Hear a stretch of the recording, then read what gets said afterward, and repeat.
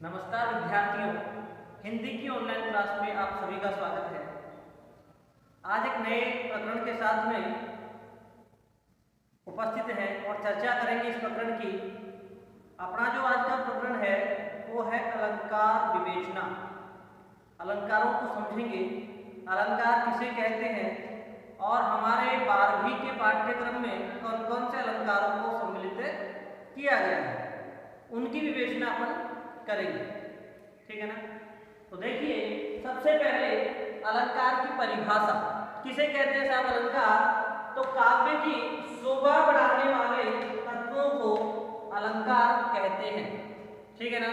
कहने का तात्पर्य यह हुआ कि जो काव्य होता है, काव्य में जो तत्व शोभा बढ़ाए। दंडी महोदय ने एक अच्छी सी बात, एक अच्छी सी पंक्ति कही है और वह पंक्ति जो है वो इस प्रकार है कि काव्य शोभाकरान धर्मान अलंकारान प्रचक्षते। अर्थात काव्य की शोभा करने वाले जो तत्व हैं उनको अलंकार के रूप में देखा जाता है। ठीक है ना। वे धर्म जो काव्य की शोभा बढ़ाए, काव्य में चमत्कार उत्पन्न करे, उन्हें हम क्या कहेंगे? अलंकार कहेंगे। ठीक है ना। तो अलंकार वे तत्व हैं जो काव्य में शोभा करेंगे, काव्य की शोभा बढ़ाएंगे। ठीक है ना। उसके पश्चात अपन चर्चा करें तो जो अलंकार है अपने, उनको प्रमुख रूप से 3 भागों में बांटा गया है। कितने भागों में बांटा गया है? 3 भागों में बांटा गया है। ठीक है ना। तो अलंकार भेद की चर्चा करें तो कितने भागों में बांटा गया है? 3 भागों में बांटा गया है। पहला जो है वो है शब्द अलंकार, है ना। इसको जब अपन दीर्घ संधि करते हैं तो इसी को बोलते हैं शब्दालंकार। ठीक है ना। ए प्लस ए बराबर क्या हो जाता है? आ। तो इसी को बोलते हैं अपन शब्दालंकार। दूसरा है अर्थ अलंकार, है ना। और जब दीर्घ संधि के अनुसार दोनों शब्दों को जोड़ेंगे तो क्या हो जाएगा? अर्थालंकार। ठीक है ना। और तीसरा जो है वो है उभयालंकार।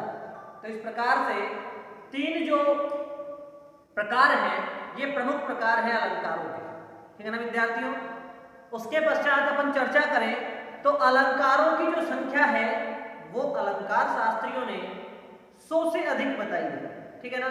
लेकिन अपन उन सभी अलंकारों की चर्चा नहीं करेंगे, केवल उन्हीं अलंकारों की चर्चा करेंगे जो कि हमारे पाठ्यक्रम में हैं। ठीक है ना। और जो पाठ्यक्रम में है वो है पूरे 8 अलंकार, और उन 8 अलंकारों को हम तीनों जो प्रमुख अलंकार हैं उनके अंदर डिवाइड करते हैं कि कौन सा अलंकार किस श्रेणी में आता है। ठीक है ना। तो शब्दालंकार की पहले अपन बात करें तो शब्दालंकार की अपन बात करेंगे कि वे अलंकार जो कि शब्द के आधार पे काव्य की शोभा बढ़ाए। वे अलंकार जो कि शब्द के आधार पे काव्य की शोभा बढ़ाए, है ना। और जो शब्द है वो वर्ण से मिलकर बनता है। कैसे मिलकर बनता है? वर्ण से मिलकर। तो परिभाषा जो है उसमें अपन थोड़ा सा संशोधन करेंगे और परिभाषा क्या हो जाएगी? परिभाषा हो जाएगी कि जहां पर शब्द या वर्ण के आधार पर काव्य में चमत्कार उत्पन्न हो तो वे सभी अलंकार शब्द अलंकार या शब्दालंकार की श्रेणी में आते हैं। ठीक है ना। और 12वीं के सिलेबस में जो 8 अलंकार हैं उनमें से 2 अलंकार किस श्रेणी में आते हैं? वो है यमक और अनुप्रास। ठीक है ना। इनकी जो विस्तृत विवेचना है वो अपन आगे अगले वीडियो में पढ़ेंगे, है ना। अगला जो अलंकार है वो है अर्थालंकार। कहाँ होता है? कौन कौन से अलंकार इसकी श्रेणी में आते हैं, इसकी चर्चा अपन करेंगे। और चर्चा जब करेंगे तो इसकी परिभाषा अपन निकालेंगे, और परिभाषा ये निकालेंगे कि जिन अलंकारों में अर्थ के आधार पर, जिन अलंकारों में अर्थ के आधार पर चमत्कार उत्पन्न हो। ठीक है ना। जिन अलंकारों में अर्थ के आधार पर चमत्कार उत्पन्न होगा वे सभी अलंकार अर्थालंकार की श्रेणी में आएंगे। ठीक है ना विद्यार्थियों। तो सीधी सी सिंपल सी बात ये हो गई कि जिन अलंकारों में अर्थ के आधार पे, या यूं कहें कि जो अलंकार अर्थ के आधार पर चमत्कार उत्पन्न करते हैं वे सभी अलंकार अर्थालंकार की श्रेणी में या अर्थ अलंकार की श्रेणी में आते हैं। और हमारे 12वीं के पाठ्यक्रम में ऐसे 5 अलंकार हैं जो कि अर्थ अलंकार की श्रेणी में आते हैं। पहला है उपमा, दूसरा है रूपक, तीसरा है उत्प्रेक्षा, चौथा है उदाहरण और पांचवा है विरोधाभास। ठीक है ना। इनकी विस्तृत विवेचना अगले वीडियो में अपन करेंगे। आगे अपन चलते हैं। तो अगला जो मुख्य तीसरा प्रकार है, वो मुख्य तीसरा प्रकार है उभय अलंकार। उभय का मतलब होता है दोनों, है ना। आपने मैथ में पढ़ा होगा उभयनिष्ठ भुजा, ठीक है ना। तो उभयनिष्ठ भुजा, उभय का मतलब हो गया दोनों, ठीक है ना।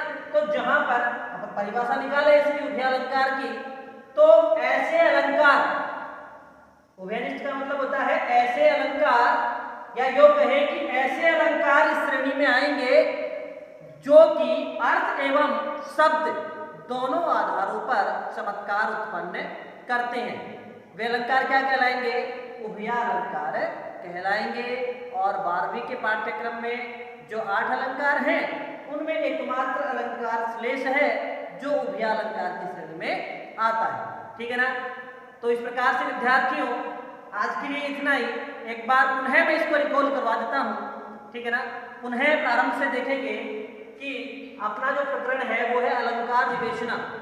परिभाषा हो गई कि सब काव्य की जो शोभा बढ़ाने वाले तत्व हैं उनको अलंकार कहते हैं। और दंडी महोदय की जो परिभाषा थी वो अपन ने